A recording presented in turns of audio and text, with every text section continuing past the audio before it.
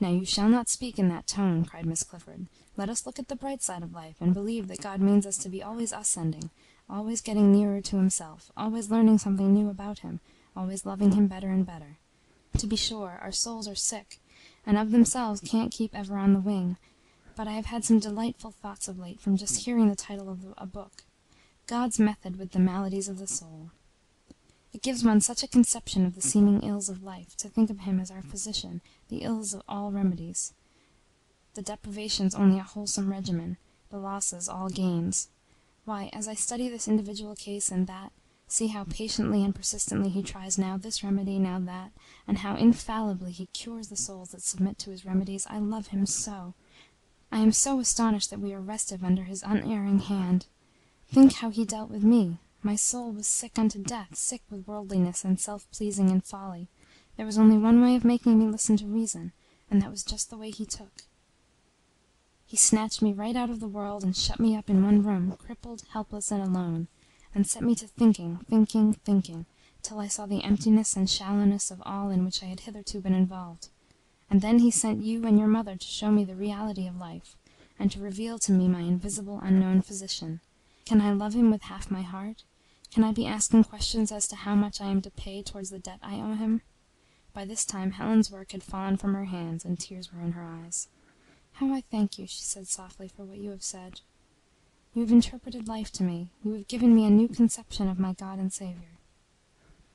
Miss Clifford seemed quenched and humbled by these words. Her enthusiasm faded away, and she looked at Helen with a depreciatory air as she replied, "Don't say that. I never felt so unfit for anything but to sit at the feet of Christ's disciples and learn of them."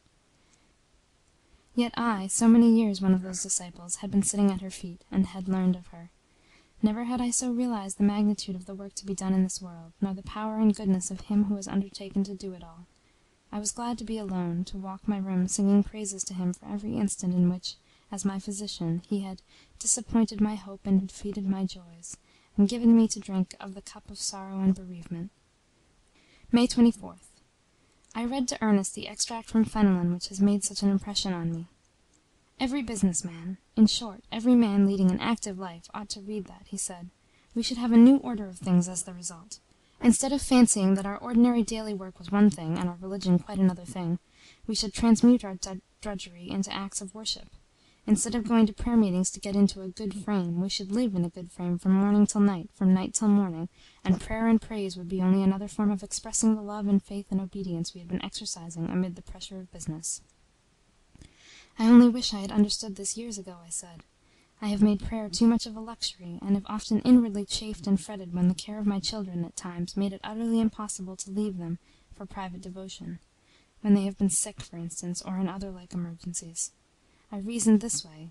Here is a special demand on my patience, and I am naturally impatient. I must have time to go away and entreat the Lord to equip me for this conflict.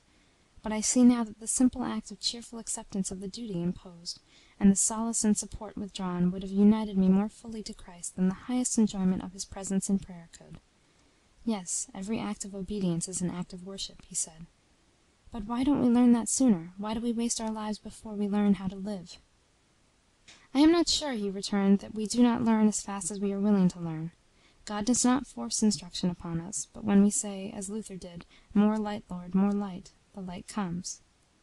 I questioned myself after he had gone as to whether this could be true of me. Is there not in my heart some secret reluctance to know the truth, lest that knowledge should call to a higher and holier life than I have yet lived? June 2nd. I went to see Mrs. Campbell a few days ago, and found, to my great joy, that Helen had just been there, and that they had had an earnest conversation together. Mrs. Campbell failed a good deal of late, and it is not probable we shall have her with us much longer. Her every look and word is precious to me when I think of her as one who is so soon to enter the unseen world and see our Saviour, and be welcomed home by him. If it is so delightful to be with those who are on the way to heaven, what would it be to have fellowship with one who had come thence, and could tell us what it is? She spoke freely about death, and said Ernest had promised to take charge of her funeral, and to see that she was buried by the side of her husband. You see, my dear, she added with a smile, though I am expecting to be so soon a saint in heaven, I am a human being still, with human weaknesses. What can it really matter where this weary old body is laid away, when I have done with it, and gone and left it forever? and yet I am leaving directions about its disposal." I said I was glad that she was still human, but that I did not think it a weakness to take thought for the abode in which her soul had dwelt so long. I saw that she was tired and was coming away, but she held me and would not let me go. "Yes, I am tired," she said, "but what of that? It is only a question of days now, and all my tired feelings will be over. Then I shall be as young and fresh as ever, and shall have strength to praise and to love God as I cannot do now. But before I go I want once more to tell you how good He is, how blessed it is to suffer with Him, how infinitely happy He has made me in the very hottest heat of the furnace. It will strengthen you in your trials to recall this my dying testimony. There is no wilderness so dreary but that His love can illuminate it, no desolation so desolate but that He can sweeten it. I know what I am saying. It is no delusion. I believe that the highest, purest happiness is known only to those who have learned Christ in sick rooms, in poverty, in racking suspense and anxiety, amid hardships, and at the open grave.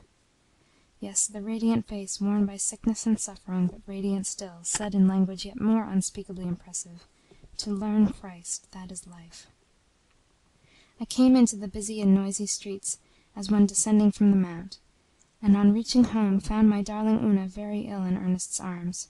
She had fallen and injured her head.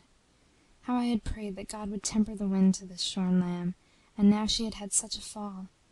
We watched over her till far into the night, scarcely speaking to each other, but I know by the way in which Ernest held my hand clasped in his that her precious life was in danger. He consented at last to lie down, but Helen stayed with me. What a night it was! God only knows what the human heart can experience in a space of time that men call hours.